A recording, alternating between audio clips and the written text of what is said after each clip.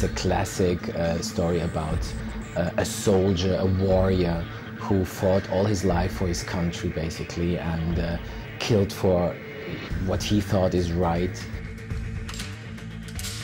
Dial is a soldier.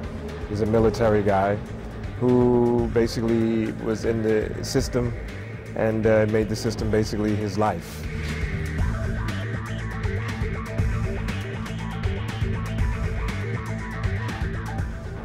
He's a CIA operative. I've done many of those characters, but this guy is a little more quiet. He's not as overt. He's not as much of a cocky type of a character. And at one point in his life, things don't fit together anymore, and he starts to question certain events in his life. And he takes one more job during a period in time in his life when he's trying to figure out who he is, what his relationship is with himself, how he makes peace with himself, how he makes peace with God, and how he makes peace with the things he's done in his past. I think of Jean-Pierre Melville movies in the 60s. John Huston told stories about these soldiers who came back from war and couldn't fit into their environment anymore. The society would not accept them back. He basically is in a space where he wants to quit. And he's trying to quit, but like a lot of these guys and the guys that would come back from the military tours of war, tours of duty, they get so addicted to it and it becomes a part of their everyday life, wherein normality and the day-to-day urban experience is boring to them. Ali Mahmoud Jahar. Remember him? Our hero, which is Dial, actually had to do something which is for the people in the country, but outside the system, and that's what's reflected in this in a movie that we are making. I think Collins is a decent enough fellow. He's doing his job protecting the United States. As he sees it, he's part of the covert army which is fighting terrorism, and thus glory will always be denied him.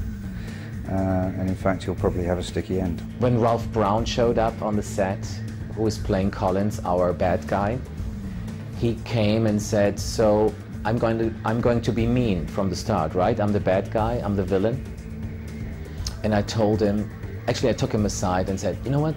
Don't even start to think in that direction." I really enjoy playing bad guys because you get to chew the scenery a bit more than if you're playing a good guy. And he's a strong character. I mean, Joseph, the director, said to me on the very first day, "I want you to play it like you're the lead character." So they finally got him. Took a year to put this thing into place. He's in prison in London. He's my gift. I'm giving him to you. Wet work, Jimmy. Right now he's in solitary, but in 48 hours, British intelligence is going to be sweating him, and that's why I'm here.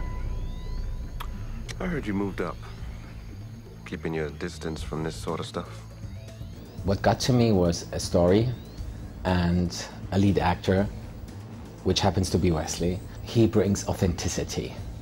He brings earth, smell, sweat, and everything you can expect from a very, very good actor. I mean, he made this character alive from the start on. I'll see you again.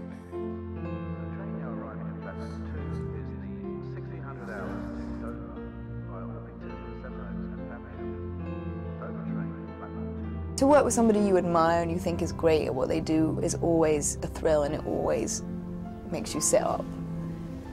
And he's got a real intensity. Wesley. He's very charming and very sort of honest, but then there's something going on. I wouldn't like to piss him off. If the mission fails, you're already dead. Moscow rules. Not this time.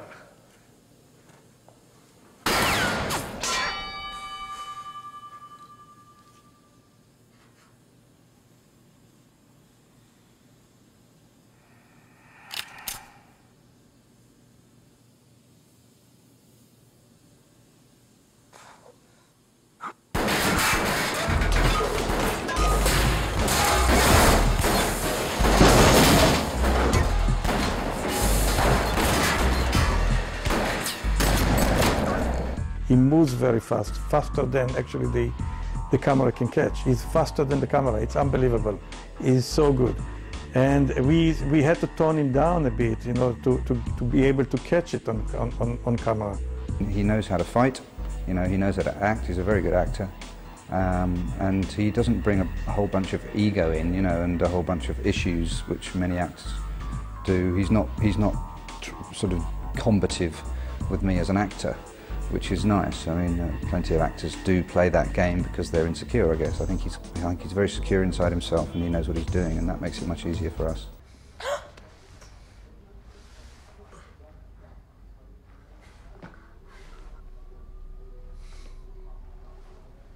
I'm looking for my cat.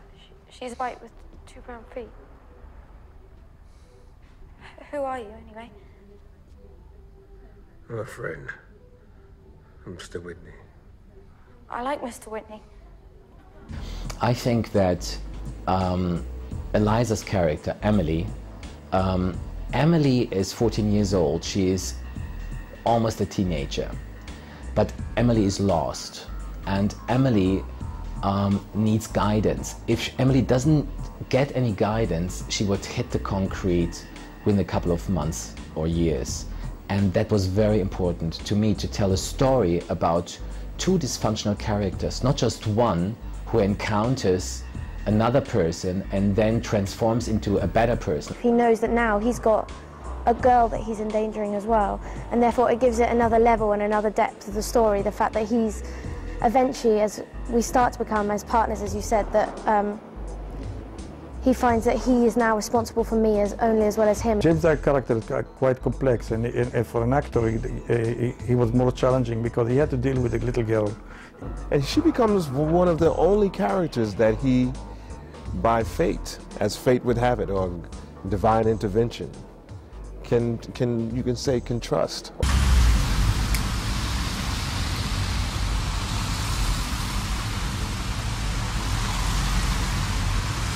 Our story transforms actually almost everyone in our little story.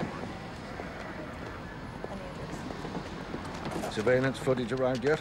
Grab some. Inspector? You bring the stills. Right away. Let's not make a big deal of this, Dad. Of course not.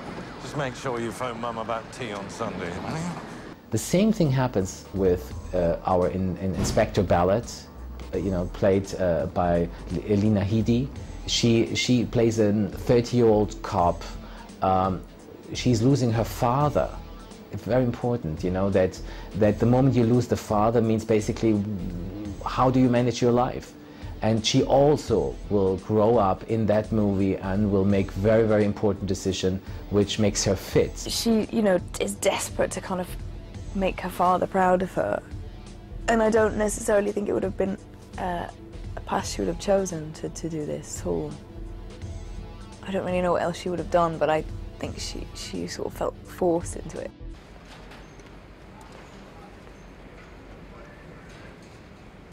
Annette. We checked out that lead in Elephant and Castle. The owner of the restaurant ID'd the suspect's photograph as someone who lived in the area. Went by the name of Mr. Whitney.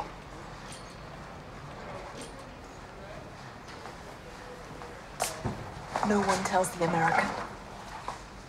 She's a pretty smart cookie, Lena. She's a good actress and she's intelligent. And she's extremely photogenic. She's a joy to work with, actually. The last time I worked with her was in a period piece. It was, you know, we were all walking around in frock coats and things, and she had wonderful, great kind of Victorian wig and all that wonderful, frothy Victorian dress. And she suits the period very well, but she also suits contemporary work well. She's terrific. She's a very talented girl, Lena.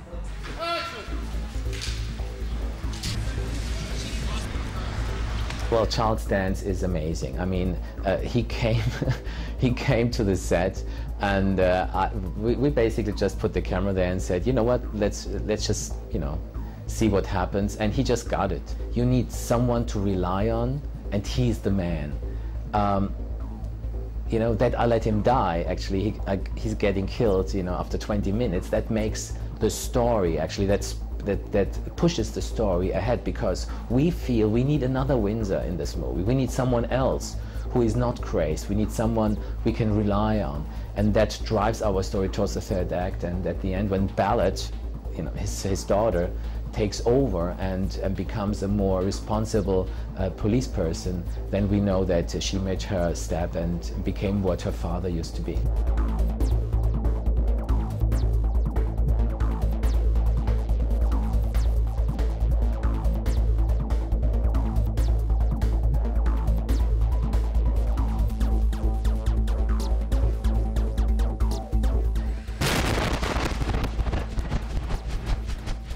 I read just the other day that in London alone there are hundreds of thousands of surveillance cameras placed throughout the city. We are living in an Orwell state, if you want. Surveillance is everywhere, and people are scared, really scared of violence and of terrorism. Yeah, it's kind of unfortunate, but is to take it just even a step further, that kind of paranoia transcends itself from friend to family, but it becomes a personal thing as well. What part of yourself can you trust? What things can you trust in your emotions? What things can you trust in your judgment? With all of this chaos and all of this fear surrounding us now.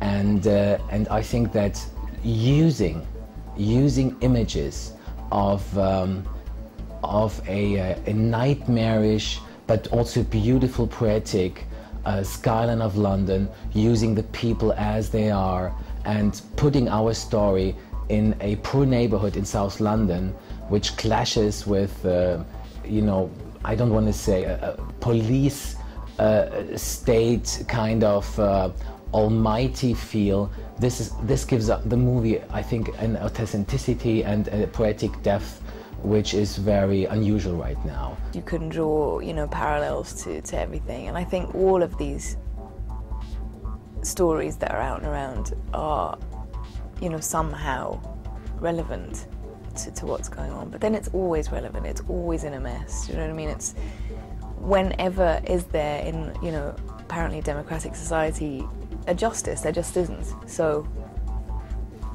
you know, you look for it, and it's up to individuals to uphold certain things, I guess. I'd really appreciate all your help, Superintendent. My entire department would. Yeah, but I'm here to carry out any orders that Mr. Collins may have, thus making them, as it were, English orders. Thank you very much. Exactly what does that mean, sir, if you don't mind my asking? Well, you tell me the word that you didn't understand, and I'll try and couch it in simpler terms. You see, I have 38 police personnel and 4 specialist units working on this inquiry. Am I to notify each one of them about Mr. Collins? No. I'd rather you didn't, if that's all right. It's a highly sensitive case we're working on here. I liked the idea of putting the CIA or whoever these guys are supposed to be, covert ops of some kind, in London, you know, and playing out this kind of very American kind of story in a British city, where the rules of policing are somewhat different, you know. I think that this Cold War feel is coming back a little bit right now. The fear of the unknown is very much out there, and this is what we get here right now. This is a state in transition. People are torn between the old structures, the almost Stalinistic structures, and the way they thought, the way they received orders, the way they perceive their own life. That changes quite a bit. But at the end, to pick Bulgaria for lots of locations was purely a commercial aspect.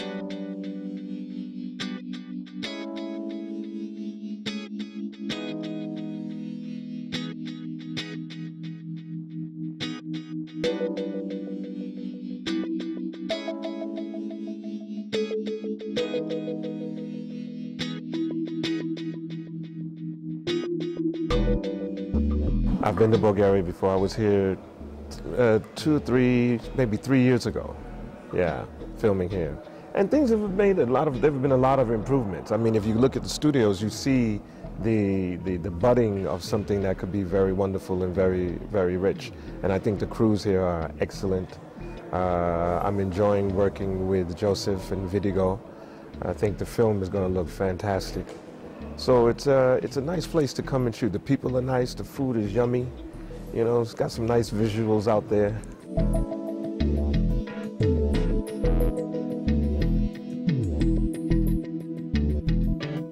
There is a massive amount of construction going on here. Every street, avenue you go down, there's an apartment block or an office block being built. It's a bit like a pendulum, you know, where the country's now gone from one extreme to the other very, very quickly. You know, when the kind of European Revolution happened, around about 1991, when the Berlin Wall came down, and suddenly all the barriers started dropping down, and things happened very, very quickly, perhaps too quickly.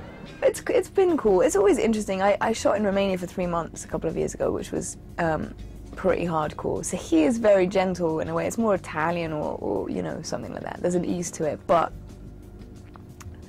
I think there's a dark undercurrent that nobody really knows. No visitor. Everyone's like, oh, lovely, da, da, da, and everyone else is like, mm-hmm.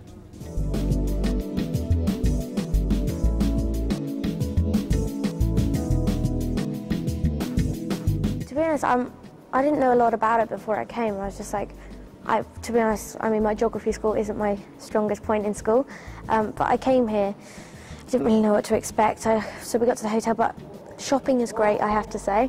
I've bought quite a few things here, and yeah, it's really nice. I mean, the weather's been nice for the past couple of weeks. Not so much at the moment, but a couple of weeks ago it was sunny, and I've really enjoyed it. I mean, on my days off, there's some beautiful churches that we've gone to in the monastery, which is about 2 hours away, and the mountains. So yeah, I've really enjoyed myself while I've been here.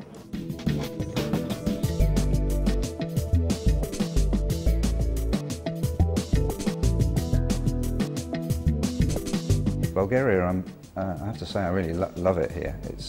It's a very gracious society. People are lovely. It's very relaxed, and everyone seems to be reasonably well educated and charming and very friendly. The crew's very professional. I was born actually in Bulgaria, and I left when I was 18 months old. But Bulgaria was really a very welcome place. It's a very easy, good food, you know, good hotels, and good crew. I mean, good people actually.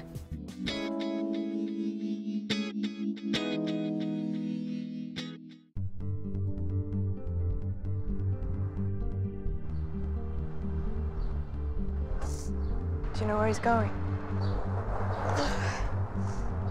Do you know him? Saved my life. He's my friend. You know, hopefully, I think it'll be, I do think it'll have some emotional weight to it. I think all the characters are actually pretty interesting. They're all quite unique in something like this, bringing everyone together. It's not afraid to be real. You know, it's not kind of, oh my God, get down, and perfect shots, and everything's a bit messy, and everyone in it is a bit messy and a bit troubled. So, I don't know, I think it should be beautiful to look at. I think the action sequences will be pretty cool, but I think there'll be a, you know, reality to it, which will hopefully hook people. Amy? I gotta go. Got a letter today. From who? Haven't the slightest idea. America, I think.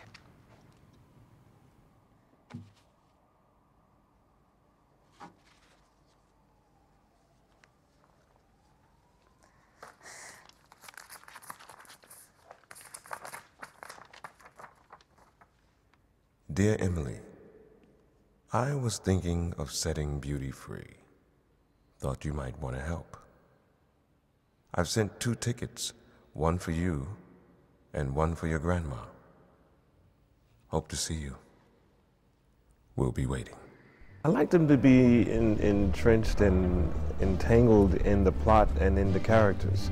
I think that, you know, it's nice to have an action film and a suspense film that has some good character development. I've been looking for that. And perhaps everyone from 50 and 60 down to 15 and 16 will find something palatable and delicious about the character, about the balance of action, and the look.